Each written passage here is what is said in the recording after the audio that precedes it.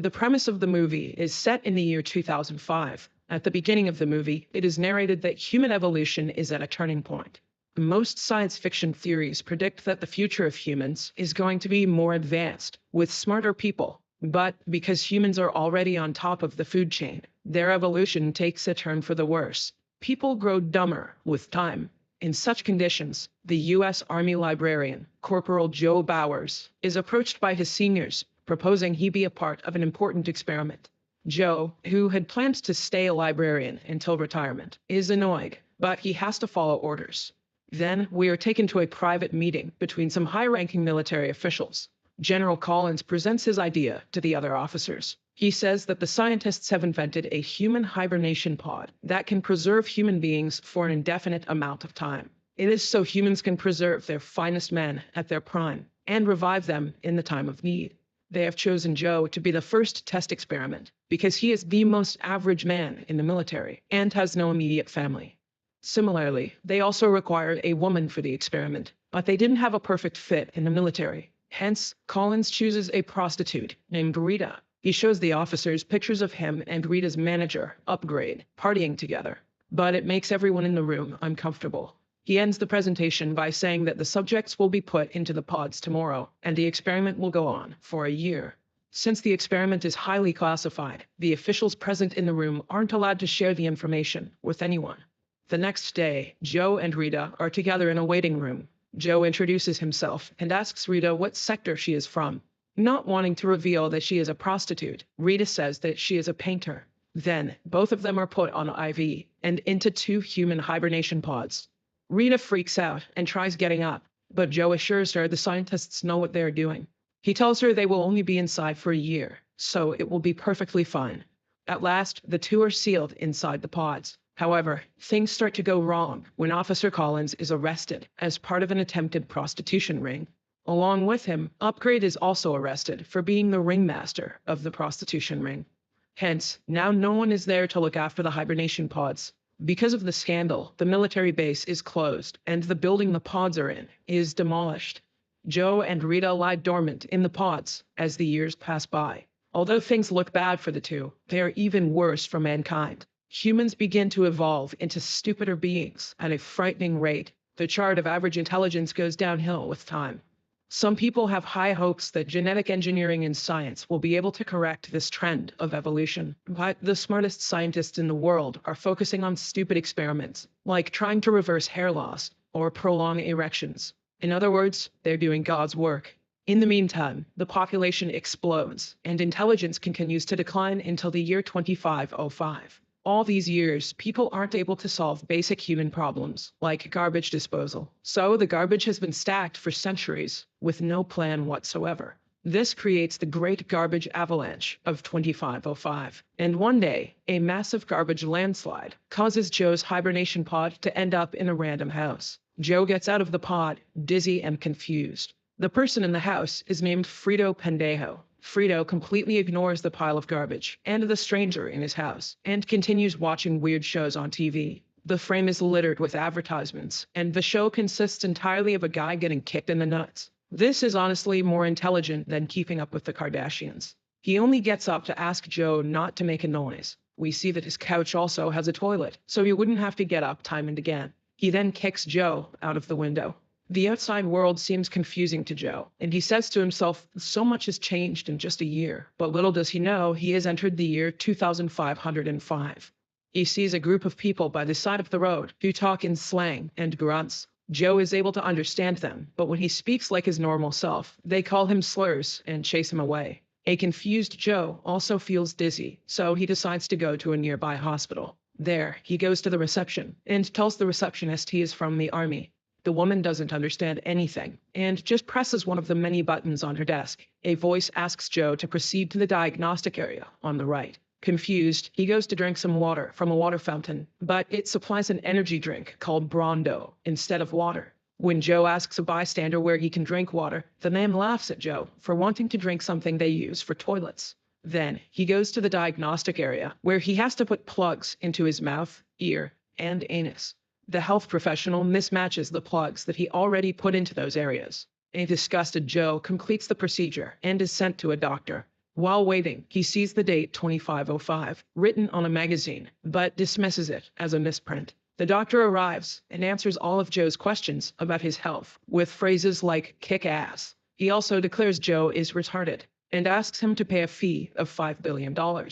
Just then, Joe notices 2505 written on the bill. He finally realizes that he has actually been inside the pod for 500 years. Joe almost doesn't believe it and goes to the window, only to be surprised to see the current condition of the city. Meanwhile, the doctor freaks out because Joe doesn't have a citizen tattoo on his wrist. Joe panics and runs away from the hospital, while the doctor calls the police on him for not paying his bills. A voice narrates that Joe has woken up to a world in crisis. The economy is in deep neglect. A great dust bowl has ravaged all food supplies, and the #1 movie in the country is called Ass. He goes to watch the movie that won a bunch of Oscars, including Best Screenplay, only to stare at someone's ass for 90 straight minutes. At night, he is arrested for being unscannable and taken to a court. There, he is given a lawyer who happens to be Frito Pendejo, the guy that Joe met first. Frito makes fun of him as everyone in the court laughs. Joe presents his case sensibly and explains why he is unscannable, but the lawyers and judge just laugh at him. At last, the judge declares him guilty and sentences him to jail.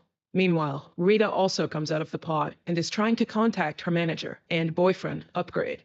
She is unsuccessful, as the phone asks her for $2,000 to contact him. Just then, she is approached by a man who she tricks to get his money. At the same time, Joe is taken to an automated tattoo place where the citizens are given the identification tattoo that makes them scannable. The machine asks his name, but Joe starts to explain that he is not sure what is going on. Because of this, the machine reads his name as not sure and tattoos it on his wrist. Then, he is taken to an aptitude and IQ test and asked questions about basic addition.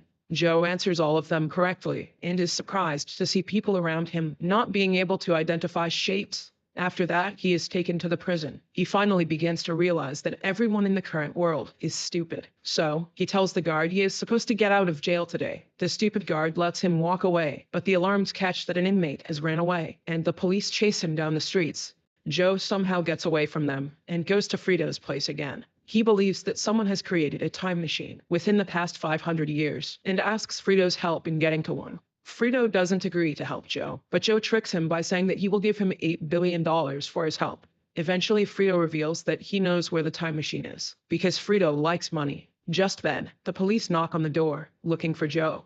The two run away through the window and drive to the museum. On their way, they meet Rita, who is still scamming the same guy. Rita gets in the car and is worried that Upgrade will come looking for the money she owes him, still oblivious that he is already dead. As they drive, something from outside the car scans Joe's wrist, and the police are notified of his location. The car's battery runs out, and they get out of it. Right after, the police approach the car and fire at it. Soon, a bunch of people join and start fighting each other in excitement. Joe, Frito, and Rita run away in hopes of getting to the time machine. Joe then takes the two to Costco, which is now the center of all trades. He even claims to have studied law in Costco. As they wait for the metro, Rita goes to the bathroom. Before she returns, Joe's wrist is accidentally scanned again, and the whole place is alerted of a criminal's presence. The metro arrives, and Frito gets on it, but Joe waits for Rita, only to be caught by the police. However, this time he is taken to the White House instead of prison. There, a confused Joe meets the President Camacho and his secretaries. Camacho makes fun of him, saying that he thought Joe's head would be bigger because he is smart. It turns out that the IQ test Joe took in prison surprised everyone because he had the highest score they had ever seen. Hence, because of his intelligence, the president makes Joe the new Secretary of Interior. To Joe's surprise, they also declare him the smartest man in the world. Everyone then goes to the House of Representatives, where the president announces that the problems of food scarcity and the Dust Bowl will be solved by their new Secretary of Interior, Mr. Not Sure. He also promises to pardon Joe's prison time if he solves the problem. After that, a cabinet meeting is held, where the secretaries ask Joe to say something smart. Joe says some random complicated words, making them believe that he is, in fact, smart. Then, Joe asks Frito to draw a map of the location of the time machine until he can distract the secretaries. Later, he takes them to a field where crops are supposed to be grown. He also asks them to get Rita because she might be able to help them with the crops. Frito secretly hands Joe the map. At the same time, Rita arrives there. Joe takes her aside, planning to run away using the map. But his plan fails when he sees that Frito's map is just a couple squiggly lines. Then, Joe realizes that people have been watering the crops with the energy drink, Brondo. He holds a cabinet meeting to start using water instead of Brondo. The secretaries think his idea is atrocious because Brondo has electrolytes. So, instead of reasoning with them, he simply tells them that he can talk to the plants, and they want water. Joe doesn't know that the energy drink has caused salt to develop over topsoil, which killed the plants and caused the Dust Bowl. Hence, he is actually solving their problems. For a few days, everything goes as planned. But soon, Brondo's stock drops to zero because of the decreased production. This leaves half the population unemployed. They riot outside the White House in a scene that eerily foreshadows the stupidity of the United States. The news announces that Joe is taken to court for making people unemployed and is proven to be guilty. He is sentenced to 1 night in rehabilitation. In the New World, rehabilitation is when a criminal is chased by a large monster truck in an arena as an audience cheers for the truck. The rehabilitation mostly ends with the criminal's death.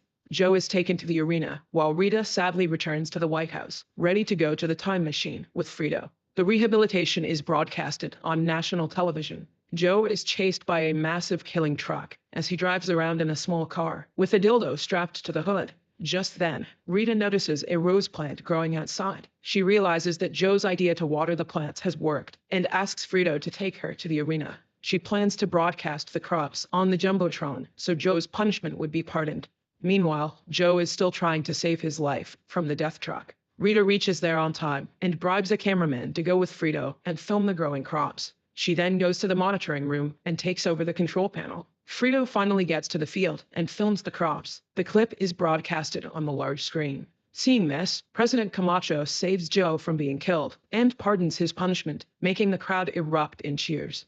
Now, everyone is at a frat party in the White House. Rita reveals that she doesn't want to return home because she likes the future better. Joe is surprised but doesn't force her to come with him. The two say their final goodbye. But before Joe leaves, the president calls him on stage and declares him the new vice president. Everyone looks at Joe with hopeful eyes, making him agree to stay in 2505. Then, one person calls the time machine a stupid ride anyway. Frito takes a confused Joe to the machine, and it is finally revealed that the time machine is actually just a children's ride.